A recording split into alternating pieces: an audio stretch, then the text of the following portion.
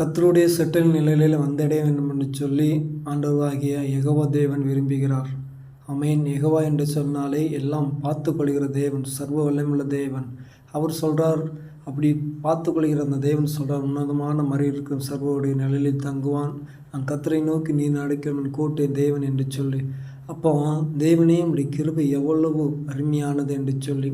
அப்போ கிருபை என்று சொன்னாலே என் கிருபை உனக்கு போதும். அந்த கிருபையில் எல்லாமே இரக்கம், அன்பு, பாசம், கருணை என்று சொல்லி பாருங்கள். அநேக நேரங்களுக்கு கள்ளப்புறாந்து வானத்தில் பறந்து கொண்டிருக்கிற அந்த வேகத்திலே கோழி தன் குஞ்சுகளை நோக்கி ஒரு சவுண்டு விடும். அந்த சவுண்டை நிமித்தமாக தன்னுடைய குஞ்சுகளே அந்த செட்டைகள் மறைத்து பாதுகாத்து கொள்ளும். அதே போல் ஆண்டவருடைய செட்டைகள் நிலையில் வந்தடைய வேண்டும் என்று சொல்லி விரும்புகிறேன். ஏனென்று சொன்னால் ஜீவ ஊற்றும் இடத்தில் இருக்கிறது, உடைய வெளிச்சத்தில் வெளிச்சம் காணுகிறேன் என்று சொல்லி.